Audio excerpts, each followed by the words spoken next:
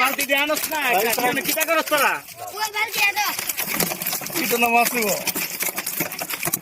গোরা নেবা না ওখানে ধরেছি এটা দিল